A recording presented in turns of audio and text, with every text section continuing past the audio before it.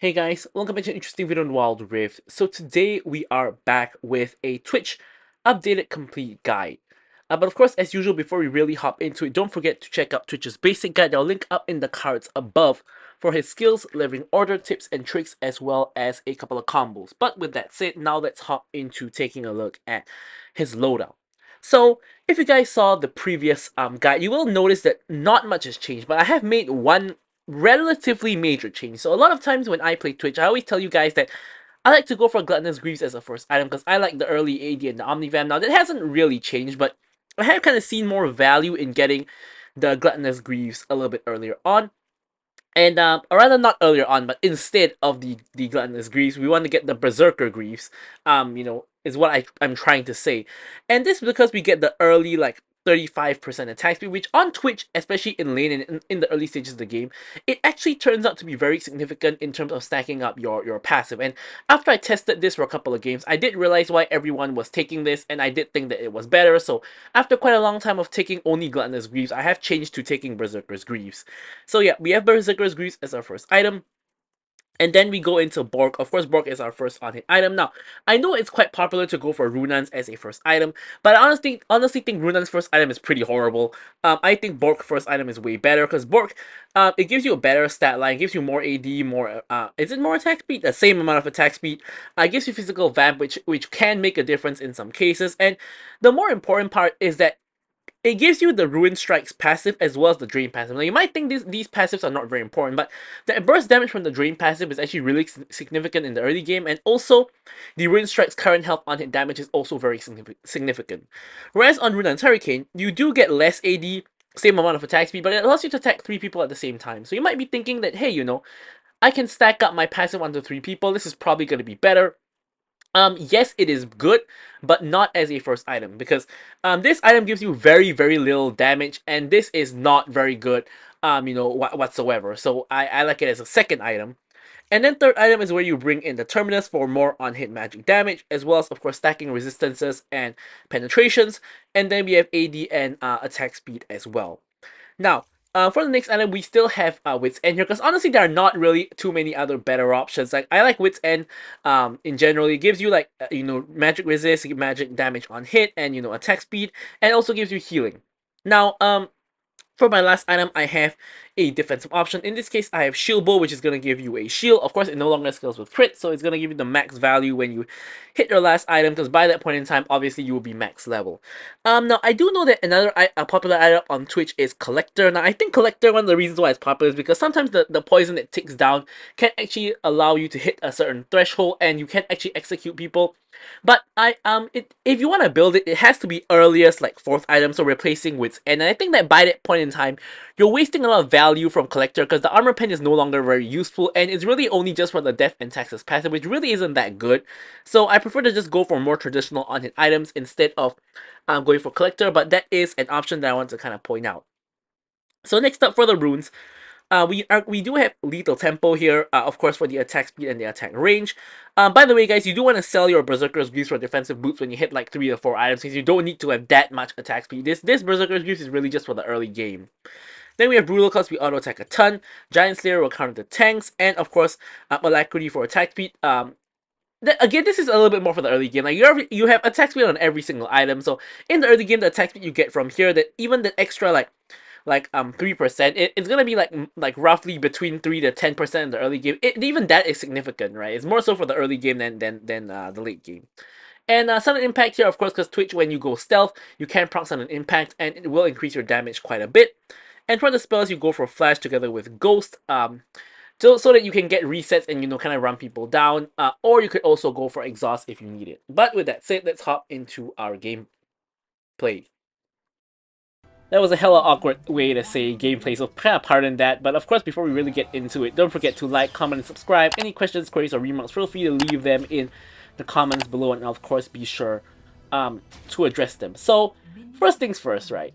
Twitch, in my honest opinion, is probably one of, if not the worst ADCs you could play right now, and he is really not not very good, right? Even like MF has gotten some buffs and she's like not that bad right now. And I honestly think Twitch is like, yeah, he's like probably the worst like ADC you can play in the current meta. And I really don't think he's that good, right? Because there was a time where he was so broken that he was being played in the jungle and he was just killing people in the early level. So they had to nerf him like multiple times, and they nerfed his AP build, so his AP build is not viable anymore. It does no damage.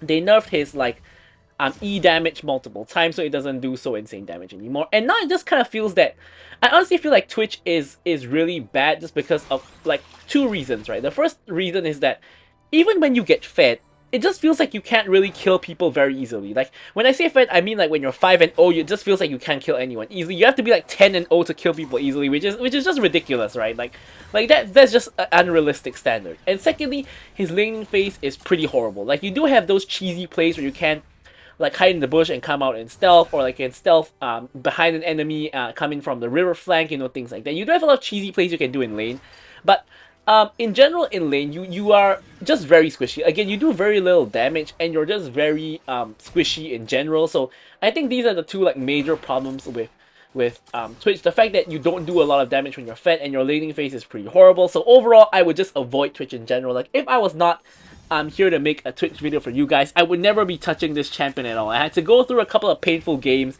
to get a you know, at least suitable kind of passable gameplay to show you guys how Twitch can work and what you can do with Twitch, and also how to play you know, Twitch properly. So in the laning phase, depending on the lane, generally you want to play pretty passively and just farm it up.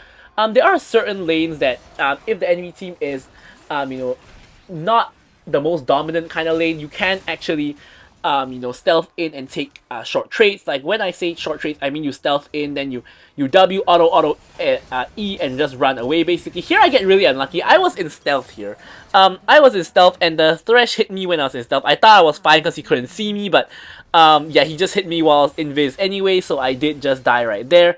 And so does my support also you know, dies right there. So not off to a very good start, and this is common when you play Twitch. I played Twitch a very good amount, despite the fact that I say he's not good. I did play him a good amount, you know, over the last couple of weeks, and I did find that a lot of times you do end up just dying and getting you know, getting killed in lane. Also, a lot of times I do find that you're not actually able to kill you in lane. You're just able to farm it up, and eventually when it gets to like a dragon fight or like just a general fight, you are able to capitalize and get a couple of kills.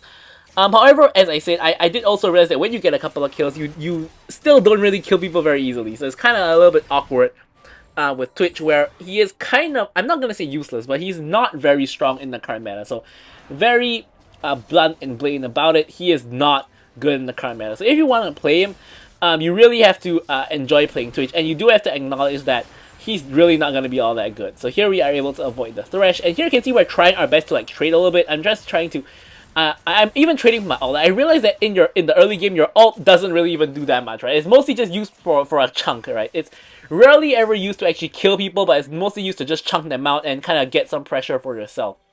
So here Talon is hovering. We're trying to bait them into a fight so that he can engage. So here Caitlyn comes very close to the wall. I'm thinking this is high time for Talon to come. He comes in like a second too late, but he is able to get rid of Caitlyn anyway. And then Thresh is now stuck in no man's land, and Talon gets a double kill. So unfortunately, we don't get any other kills, but Talon is starting to get fed. Now, I want to contextualize this game for you guys, which is that as Twitch, I actually end up doing more damage than Talon. And at this current point in time, Talon is 3-0, I'm 0-1. You will see in the later part of the game how fed Talon gets and how fed I get. And just take note that I do more damage than Talon this game. So Twitch is definitely not useless, but at the same time, he's definitely there are way better choices than Twitch, right?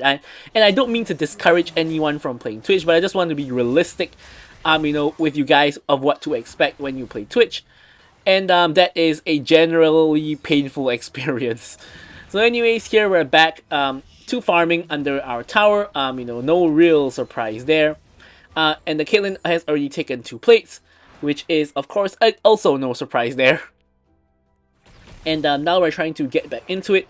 Being very cautious of Thresh, because as you guys can see, he does engage onto us, and Morgana does give us the shield, but she ends up getting hooked instead. So here I'm trying my best to I mean, I do trade with the Caitlyn, so it's a 1-for-1 trade, which is pretty good. And I actually tried to chase Thresh, but the thing is, of course, Thresh is way too tanky for me to kill, and of course he had backup. So now here my team is trying to do the Dragon, and I'm just trying to help out in general. Lee Sin hits the Q onto Volibear. Volibear is walking away from the Dragon, but Lee Sin doesn't follow.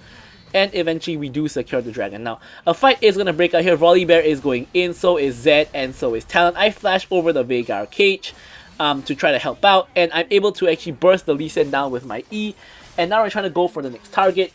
Down goes Caitlyn.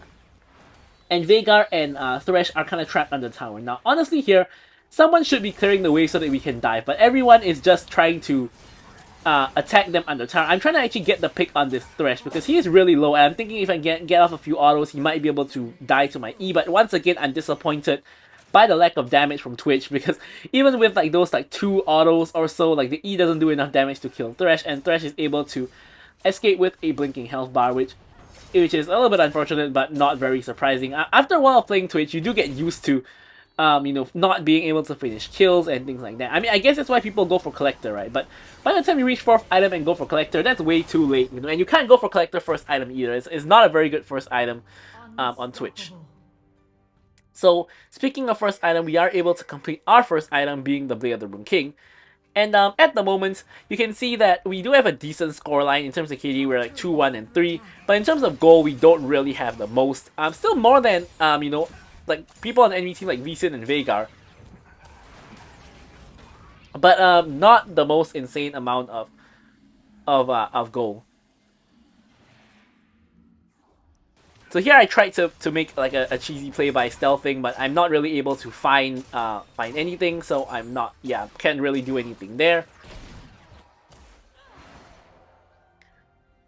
And yeah, so we're back to just staying on the tower, waiting for the wave to come and farming, which is, just a very sad life for the rat.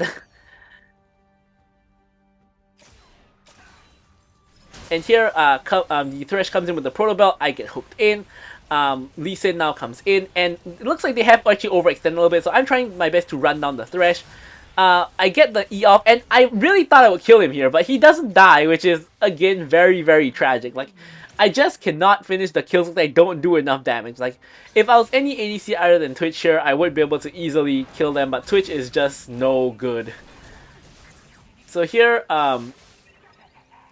we are just gonna, like, just try to do something, I guess. But, like, Caitlyn's low, maybe Talon can dive.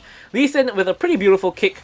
Me and Morgana both end up dying, which, respect to Lee Sin, that was a really good play.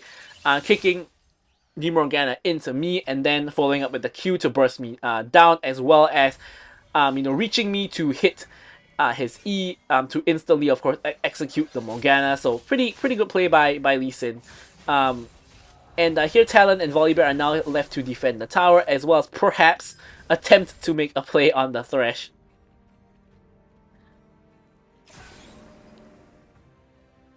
Next up, of course, we're building towards our Mortal Reminder. Not Mortal Reminder, what am I talking about? We're building towards our Runan's Hurricane. No Mortal Reminder in this build. But yeah. So here we're going back to the lane, and we're gonna continue on farming.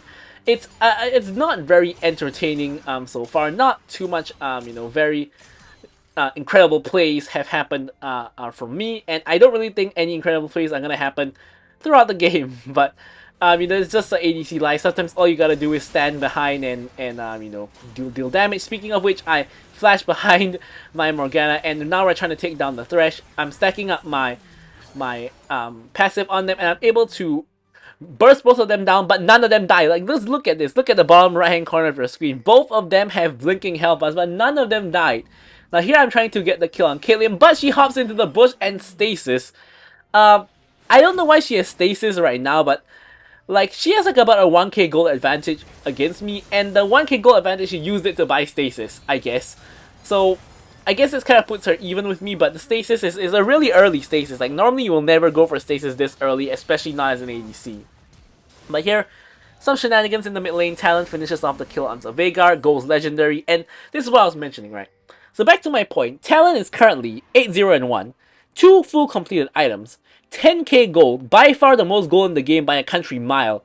Like 2k gold ahead of anybody else. And I'm at 6.5k gold. I'm like 3.5k gold behind him. And textually, I do more damage to him by the end of the match. And I don't know how he did so little damage, but that was indeed the case.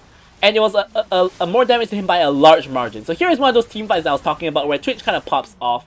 Where really the only way Twitch can really get out like very good amounts of damage is when he is completely untouched and just blasting people. Like here, like literally no one was focusing me. I was just standing behind and just blasting people. But the kind of chances of these kind of fights happening are very rare. Of course, the enemy always wants to focus the ADC because that's normally the right thing to do. You always want to get rid of the enemy DPS, right, which is the ADC. So you're always going to get focused, but if you don't, you can actually get out a lot of good damage. But if, like, you know, they witness this fight, like, the enemy team currently are not like, whoa, we just got all killed by that Twitch's damage. We gotta focus him next fight. So that's probably not gonna happen again. And, yeah, it's just sad. So here, I'm trying to take the tower. I can see Jax coming, so I'm gonna have to actually back off a little bit. Caitlyn is now here as well, and so is Thresh. But we do have Morgana here to back us up a little bit. And here, again, we have to go back to the sad life of waiting for them to push in. This time, we don't even have a tier 1 tower, so we're gonna have to wait for them to push in like all the way, and then we're gonna have to farm like over here, like between our tier 1 and tier 2 towers. They are making a rotation to mid where Jax is already like working on that mid lane tower, and or rather working on killing the Volibear right now. And now we're gonna back. We have Runan's Hurricane. Now we're running over to a fight that's already happening in mid, and we have Runan, so we could make a difference in this fight possibly. So I'm popping my stealth to kind of try to get into the fight. I'm popping the W and the ulti, but unfortunately I only really managed to focus Jax, and Jax is not really the target I want to focus. I have to flash away because I'm afraid Jax is going to jump on me. I press E and you can see that did no damage to the Jax whatsoever, which I don't really know how. But here Talon goes in, gets a triple kill, now goes 12-0. I'm finishing up this Thresh, who is running away, and I'm able to I am able to get rid of him eventually. I'm going to chase the 1 HP Caitlyn, walking around her trap. And I have no idea why she was backing here. Like, she knew I was chasing her, but did she think that that trap was going to stop me? Was I going to run straight into that trap? She left a hole there for me to walk through, so I'm not sure why she decided to back there. Like, if she kept on running into the base, I probably wouldn't have reached her. But because she actually just stopped and recalled there, I was actually able to catch her out and get a free kill on her, putting me at 4-3-8. So, with this, we basically wiped out the entire enemy team, but in a very delayed fashion. So I see a huge wave in the top lane. I really want this wave. Jax is here. I am in stealth, so he can't actually jump onto me, so I am fine. And Morgana also has the shield onto me.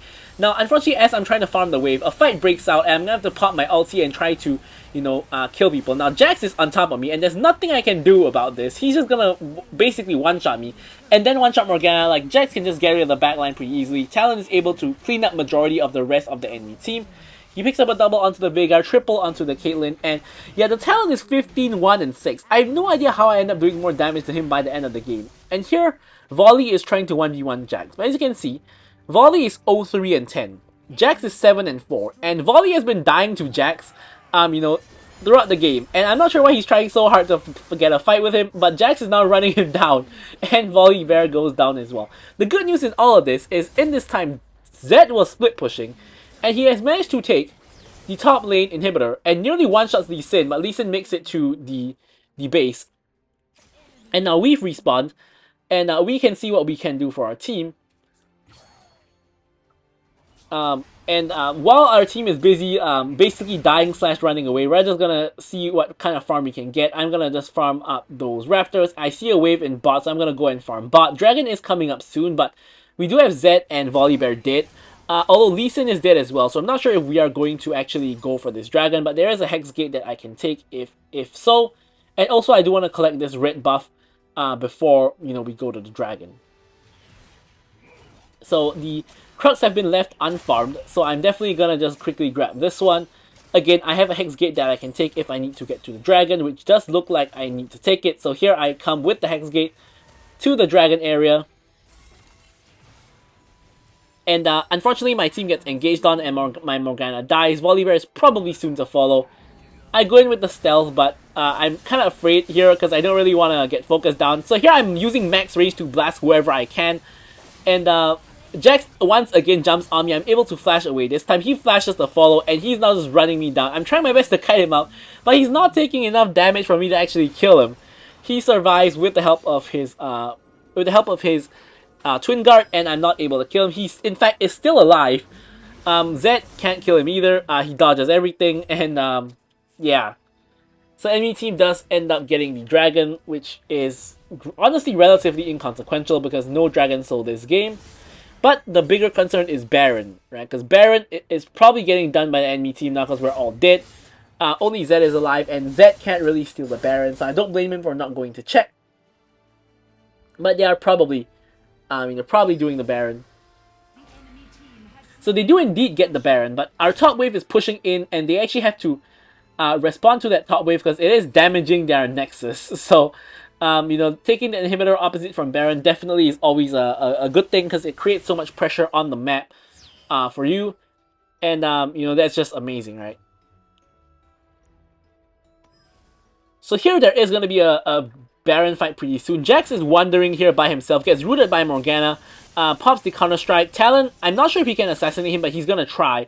He does do a lot of damage to the Jax, but the whole Jax team is coming to help him out, and I'm running into a wall. T-Hex is here now, and here I'm actually attacking the TX because you can't stack Lethal Tempo on TX. So I'm just full stacking my Lethal Tempo on the TX, and now I can come around and pop the ulti with a full stack Lethal Tempo to maximize my DPS. I'm actually able to burst down the Jax this time with my E. He dies, and I'm still attacking the TX because really he's the only target I can hit. Now here I'm trying to hit Veigar, I do get the kill on him. I'm hitting the TX, which is proccing my Runans onto Caitlyn, so I'm actually indirectly attacking Caitlyn from outside of my range. Now I'm trying to focus the Caitlyn down. TX unfortunately dies, which means Lee Sin is back alive, and not alive, but out of the TX and is able to get rid of me. Lee Sin is now going to go onto Volibear and kill Volibear as well, most likely. Yep, there goes Volibear. At least is the last man standing on the map.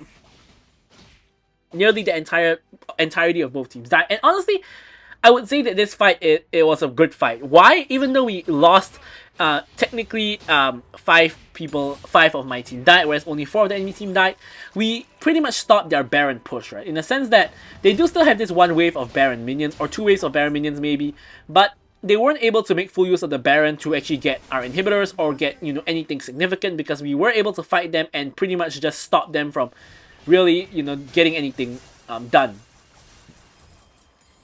So that's actually pretty huge. Now Lee Sin is getting caught out.